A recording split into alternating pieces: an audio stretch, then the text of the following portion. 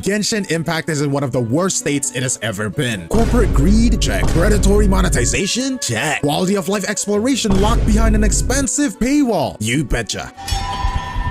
Open up. Pick it up.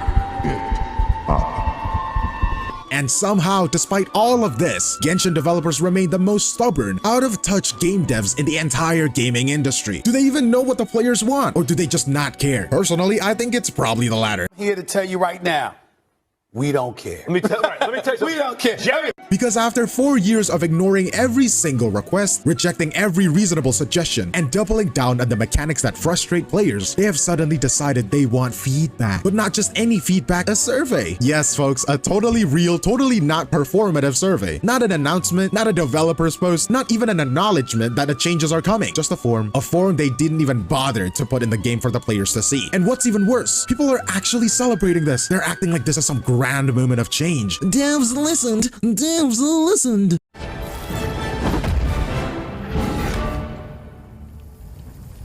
Devs listened.